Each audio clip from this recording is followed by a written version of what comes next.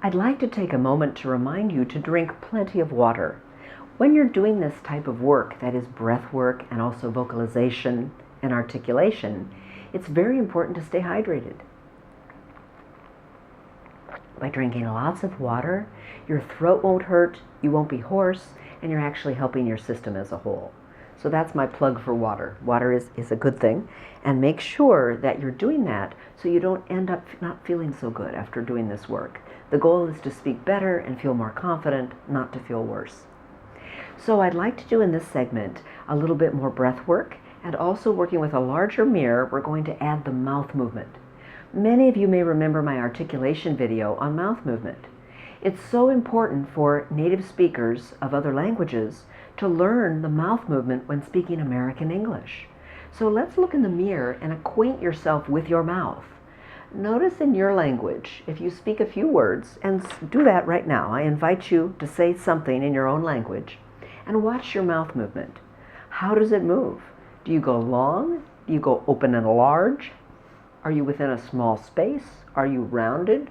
Every language is different, but it's important to know because in American English, we use the mouth a bit differently, and we control from the jaw, as I've mentioned in the past. So let's review a few of the exercises we've done before and add some new ones. The first thing we'll do is get the lips moving. Now this is important for Indian speakers in saying the W sound because the lip, the upper lip, has to go above your teeth like this. W, W, W, as in window, women, winter. Many speakers will say winter, women, then, and get a little bit of a V sound in their W. So it's important to be able to move the upper lip. So here's a lip exercise. First, think of yourself as a fish, perhaps, or think of a sour lemon when you're going forward like this. There's the sour lemon, and here's the fish part. I like the fish because it helps you to flare the upper lip.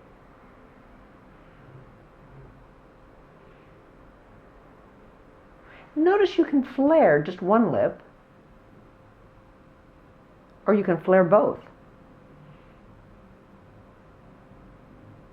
It's important to flare the lip when you say a W, like wah.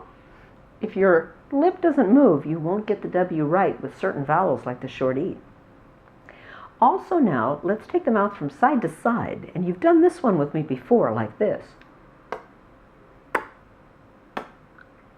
Now for some of you, your mouth may not be moving, and many Chinese speakers don't use this muscle right under the nose. So let's work at getting some blood flow to that muscle. The best way to do that is to start here in the crease part between your two nostrils. Most people think this is strange, but it does work. You squeeze here, and you can look in your mirror to make sure you're doing it right. Squeeze that spot between the two nostrils, and then come down and squeeze on both sides. And if you notice for me, this side isn't moving as well as this side. Even for native speakers, one side can move more than the other. So you want to squeeze everywhere, all around that upper lip, to get blood flow to the lip to help it move. Why?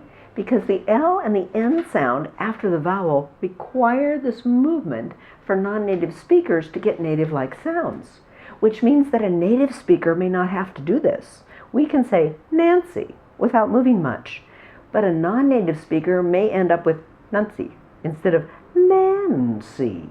So to get that name Nancy right, you do the vowel A, so we open na, but then when you do the N, tongue behind your teeth, true, but what's more important is to use this muscle that we just stretched like this. Nan. Notice I'm stretching all under my nose to both sides. Nancy, Nancy. That's true with any N, M, or L sound after the vowel, as well as the sound like sing. We don't want to shorten those sounds. They should be nice and long. Same thing with long. So the idea is to get that muscle moving. You might also do the nose twitch exercise, which is in a sense as if you want to twitch your nose, but focusing more on this lip, on the upper lip. Now the lower jaw may move slightly, but we're focusing on getting the upper lip to move like this. Notice how the movement is not in my jaw like this. No, no, that's all over the place. We want it just under the nose and especially under the area we just squeezed, like this. Side to side. Now, since we're here doing this stretch, I'd like to introduce you to a new stretch. How this one works is you get your jaw activated by taking the same lip movement now, so it's above the upper lip, and we're going to go all the way around in circles with our mouth closed, like this. Now make that circle nice and wide and think of your jaw as doing all the action.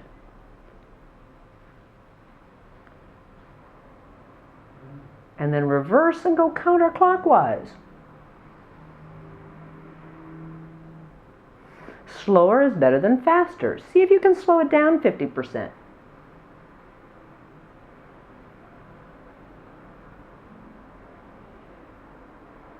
Now speed it up. It's easier when your muscles warm up. If you find your jaw's not moving like this, and you're moving in the middle, create an awareness. Often just putting the hand there and touching the jaw will be helpful. And also, make sure that you do this daily. You'll get more movement the more you do it. So that's so important. Also, we're going to now look at tongue movement along with the jaw.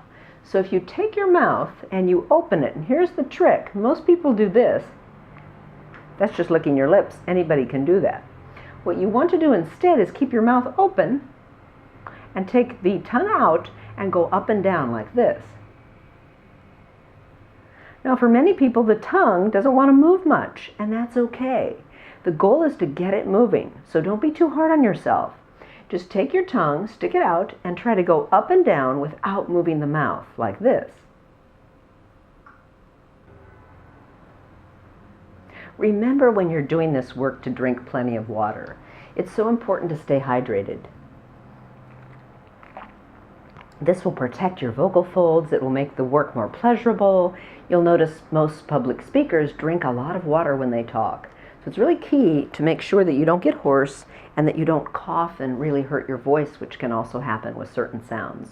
Drink lots of water and it will give your voice a nice quality. It almost sounds like you're singing. It can be melodic at times.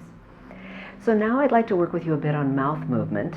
Mouth movement is a big part of speaking American English. The key is to know how your mouth naturally moves and then to feel comfortable creating some change.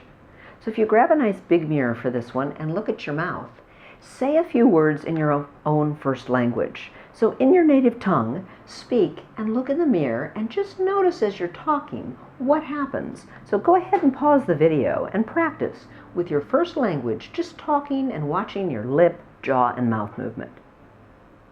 Then turn the video back on and look again at your mouth and just notice how American English is different.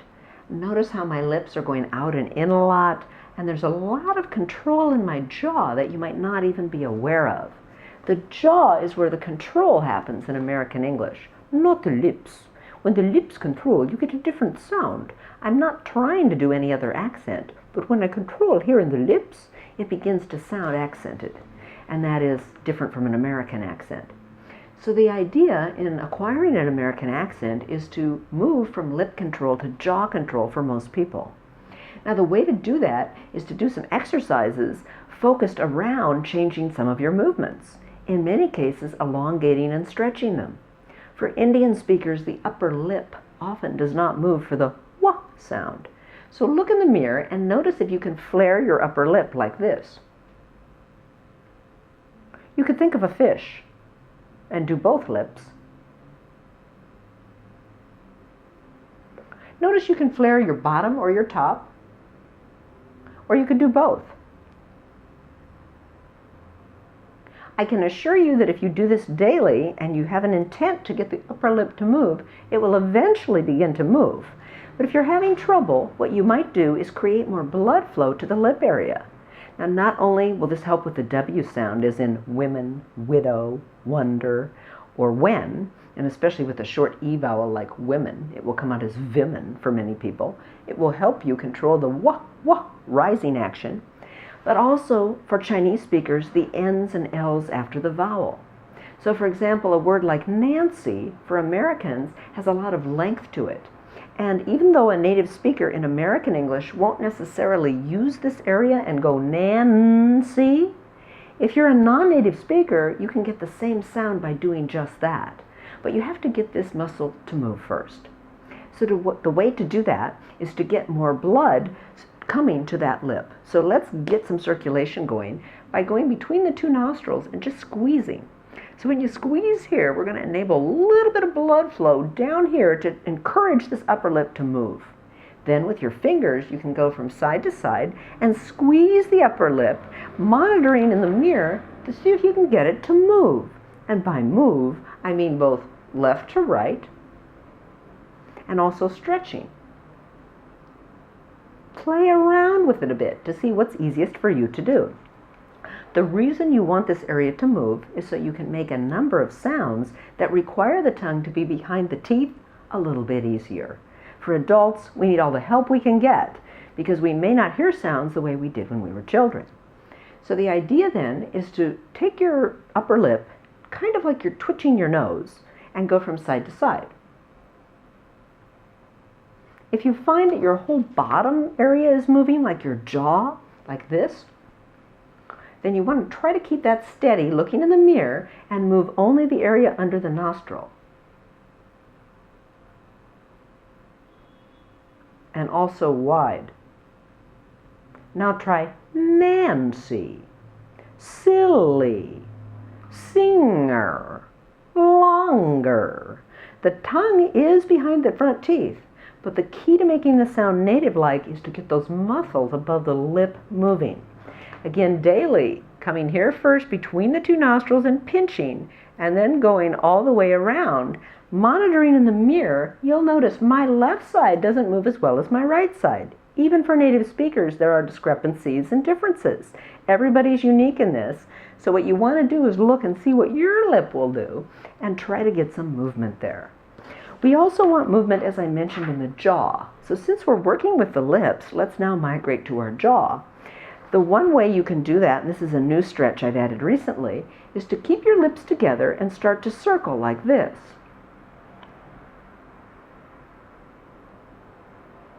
Now watch your range of motion. It shouldn't be all crazy like this. And if you feel a clicking sound in your jaw, stop, check in, talk to a professional dentist, for example, and make sure you're not hurting yourself. But the idea is to get movement in the jaw. Once you've done clockwise a few times, like this, try counterclockwise. Now let's slow it down. Slow down the movement 50%, like this.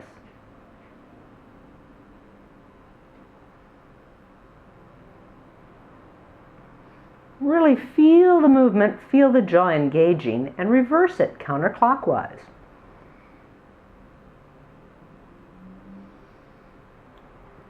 And then just move the mouth randomly with the jaw in control. The whole goal here is to begin speaking with jaw control, not lip control. Notice if I control with the lips, I get a different sound. And I'm not trying to give you any particular accent, but notice that when I'm jaw controlled, I sound American, and when I'm lip controlled, I don't. And that's really the key. So now we've got the jaw a bit open. I'm going to circle back to some other stretches I've given you in the past, because I think they're equally valuable. So opening the mouth now, round in a circle, try not to move the mouth as you take the tongue up and down, like this.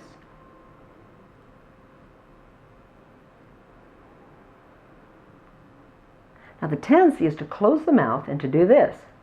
That's just licking your lips. Anybody can do that. What you want to do instead is control the mouth and take the tongue up and down. Now stretch the tongue. Slowly, it's all about control. And now go right and left, but not like this. Too easy, like this.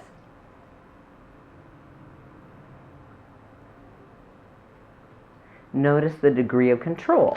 If you're doing this right, you will begin to feel some muscle movement and tension here in the jaw. And if it's too much for you, then you can kind of move again around to kind of release it a bit.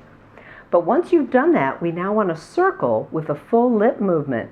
And the key to this is make sure your jaw is not moving like this, randomly. We don't want that. Control the jaw, not moving. Just the tongue is circling, and slow down in the corners of your mouth like this.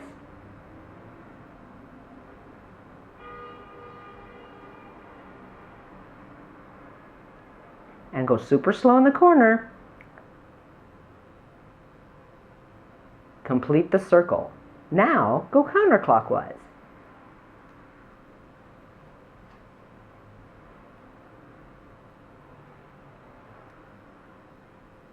This will open up your jaw and enable you to speak more clearly in American English. While we're here, let's look at the R and the L movement. To get a better R and L sound, you need to take your tongue and just stick it out like a little kid, stretching it. Try to flatten it out. Now curl your tongue backwards, the tip, and move this direction. And stretch. Now forward and stretch, and backward and stretch. Notice my tongue is getting a full range of motion, forward and back, forward and back. Once you've done the stretches, I like to end with a bit of a vocalization like this. E, ah, ooh. And because this is the breath series, let's also do that with the breath. E, ah, ooh. I hope these articulation exercises have helped you and that they're able to encourage you to do even more breakthrough breathing.